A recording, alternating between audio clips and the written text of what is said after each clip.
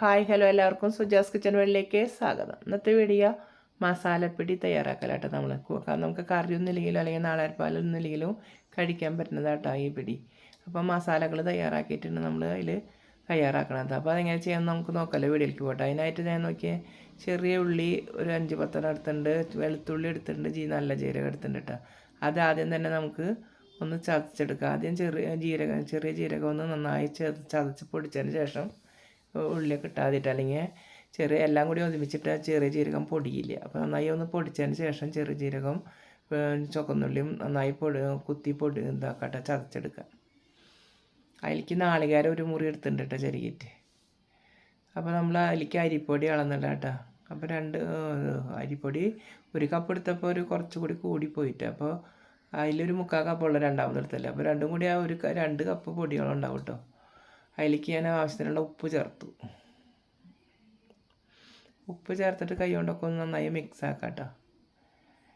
നന്നായി മിക്സാക്കി കൊടുത്തതിന് ശേഷം അതിലേക്ക് ആ ഒരു മുറി നാളികേരമുള്ളത് ചേർത്ത് കൊടുത്തു. എന്നിട്ട് നാളികേരമൊക്കെ കൂട്ടി ഒന്ന് തിരുമ്പിയതിന് ശേഷം നമ്മൾ വെളുത്തുള്ളിയും ചുവന്നുള്ളിയും ജീരകമൊക്കെ ചതച്ചില്ലേ, അത് ചേർത്ത് കൊടുക്കുക കേട്ടോ. നന്നായി ചതച്ചെടുത്തിട്ടുണ്ട് കേട്ടോ, കാരണം നന്നായി കൈ കൊണ്ട് മിക്സാക്കി എടുക്കുക കേട്ടോ എല്ലാം കൂടിയിട്ട്. ആ പൊടിയിൽ നന്നായി മിക്സാക്കി എടുത്തു കേട്ടോ. അതിന് ശേഷം മഞ്ഞൾപ്പൊടി ഇട്ടു ഒരു 1/4 ടീസ്പൂണോളം, ഒരു 1/2 ടീസ്പൂണ് മുളക് പൊടി ചേർത്തു. എല്ലാം കൂടി ഒരു കയ്യിലോണ്ട് മിക്സാക്കി ഇളക്കുക കേട്ടോ. ഇളക്കിയിട്ട് ചൂടുവെള്ളത്തിൽ ഞാൻ കുഴക്കുന്നു, തിളച്ച വെള്ളത്തിലാണ് കുഴച്ചെടുക്കുന്നത് കേട്ടോ, അത് സോഫ്റ്റ് ആവാൻ വേണ്ടിയിട്ട്. അപ്പോൾ ഞാൻ അതിലേക്ക് കുറേശ്ശെ വെള്ളം ഒഴിച്ചിട്ട് നന്നായി ഒന്ന് കയ്യിലോണ്ട് മിക്സാക്കി എടുക്കുക കേട്ടോ ആദ്യം.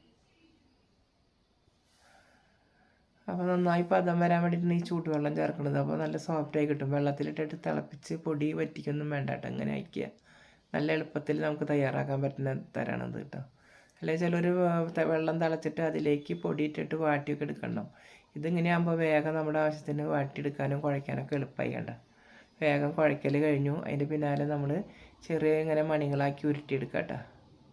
അതിനൊപ്പം ഞാൻ കുറച്ച് മസാലപ്പൊടി ചേർത്തിട്ടുണ്ട് കേട്ടോ, കറി മസാലപ്പൊടി ചേർത്തിട്ടുണ്ട് കേട്ടോ. അതിൻ്റെ ഒപ്പം മഞ്ഞൾപ്പൊടി മുളക് പൊടി ഇട്ടിട്ട് കറി മസാലപ്പൊടിയും ചേർത്തിട്ടുണ്ട്. എന്നിട്ട് ഇതുപോലെ ചെറിയ ഉരുളകളാക്കി ഉരുട്ടിയെടുക്കുക കേട്ടോ.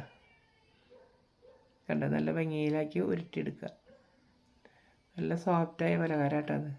കറിയില്ലെങ്കിൽ നമുക്ക് കഴിക്കാൻ സുഖം കേട്ടോ. നോക്കി എല്ലാതും ഞാൻ ഉരുട്ടി കഴിഞ്ഞു കേട്ടോ.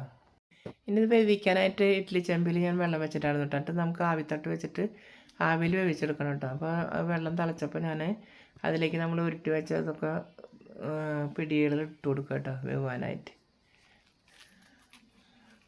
അപ്പോൾ അതൊരു ചെമ്പിലേക്കുള്ളത് അത്യാവശ്യത്തിന് ഞാൻ ഇട്ട് കൊടുത്തിട്ട് തന്നെ അത് മൂടി വയ്ക്കാം. നമുക്ക് കൂടുതൽ കനത്തിലായ വേവാൻ ബുദ്ധിമുട്ടാവും. അപ്പോൾ നമ്മൾ അത്യാവശ്യമൊക്കെ ഒരു ചെമ്പിലേക്ക് ഇട്ടിട്ട് പിന്നെ മൂടി വേവിക്കുക കേട്ടോ അത്. അപ്പോൾ ഒരു 5 മിനിറ്റ് കഴിഞ്ഞപ്പോൾ നന്നായി തിളച്ചുള്ളതിൽ വാട്ടിയെടുത്താൽ കാരണം വേവ് കേട്ടോ.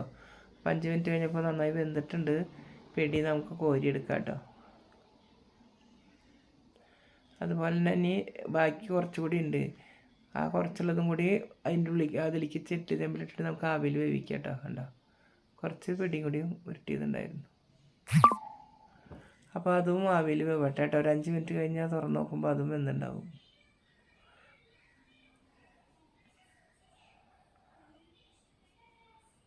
അപ്പോൾ കണ്ടോ, 5 മിനിറ്റ് കഴിഞ്ഞപ്പോൾ നോക്കിയാൽ നല്ല മാതിരി വെന്തുണ്ട് കേട്ടോ. അപ്പോൾ അത് നമുക്ക് പ്ലേറ്റിലേക്ക് എടുത്ത് മാറ്റാട്ടോ ചട്ടം കൊണ്ട്.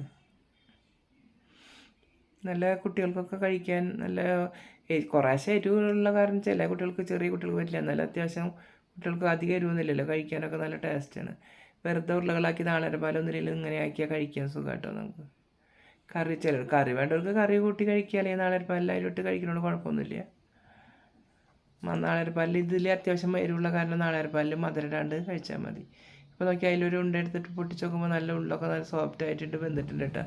അപ്പോൾ എല്ലാവരും ഇതുപോലെ ചെയ്ത് നോക്കുക. എല്ലാവർക്കും ഇഷ്ടപ്പെട്ടെങ്കിൽ സബ്സ്ക്രൈബ് ചെയ്യുക, ലൈക്ക് ചെയ്യുക, ഷെയർ ചെയ്യുക, ബെൽ ബട്ടൺ അമർത്തുക കേട്ടോ.